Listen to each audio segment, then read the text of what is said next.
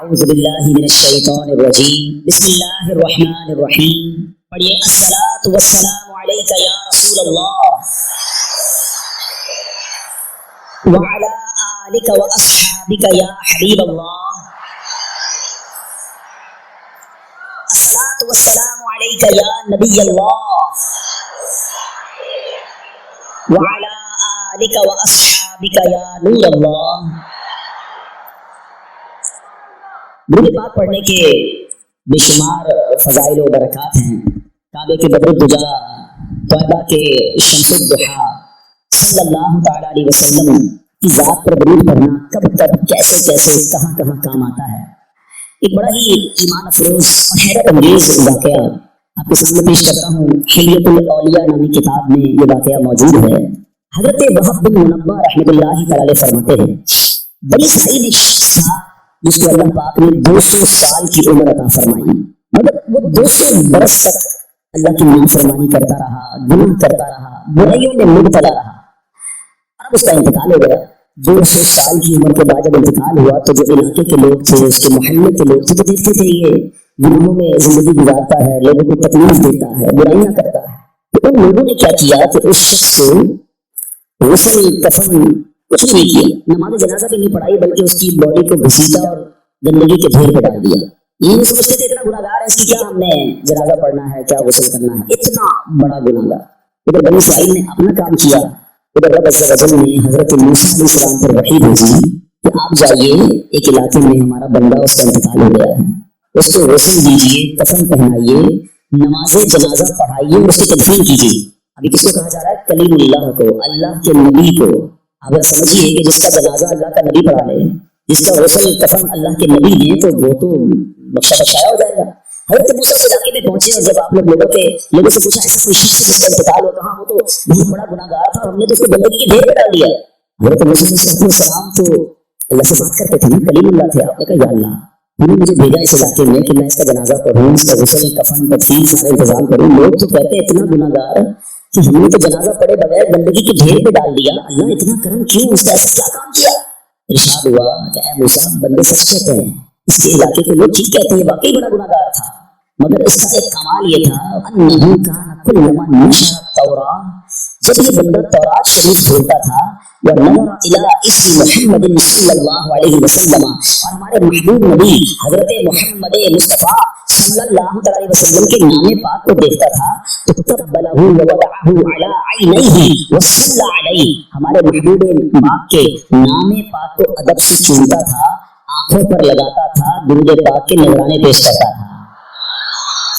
موسیٰ ہمیں اس کی ادا ایسی پسند آئی، بس اسی نیک عمل کے سبب اس کے 200 سال کے گناہ معاف فرما دیے، اور وزوجتہ 70 حورا، فرمایا میں نے اس کا نکاح 70 حوروں کے ساتھ کر دیا. ہائے ہائے ہائے، اعمال نہ دیکھے یہ دیکھا، محبوب کے پوچھے کا ہے گدا، اعمال نہ دیکھے یہ دیکھا، محبوب کے پوچھے کا ہے گدا، مولا نے مجھے یوں بخش دیا. سبحان اللہ سبحان اللہ. اے میرے پیارے اسلامی بھائی، میرا سوچیے ایک غیر مسلم نبی پاک کا امتی نہیں ہے، ٹھیک ہے، اگر یوسف کا امتی ہے اس زمانے میں تو ایمان والا ہوگا، مگر نبی پاک کا امتی نہیں ہے، ٹھیک ہے. اور یہ بھی لکھا کتابوں میں کہ اس نے 500 بار درود پاک پڑھے، 400 بار پڑھے، 100 بار پڑھے، نہیں، بس تورات ہوتا تھا، نام پاک سامنے آتا تھا، ادب کرتا تھا، چومتا تھا، درود پڑھتا تھا، اللہ نے 200 برس کے گناہ معاف فرما دیے. اور جو نبی پاک کا امتی ہو، پیارے آقا علیہ السلام کا امتی ہو، اور روزانہ کثرت سے درود پاک پڑھتا ہو، سبحان اللہ 50 بار، 100 بار، 200 بار، تو اس کے بارے میں ہمارے پورے ہو جائیں گے. اس پر سوچیے کیسی کیسی انوار و تجلیات کی بارشیں ہوں گی.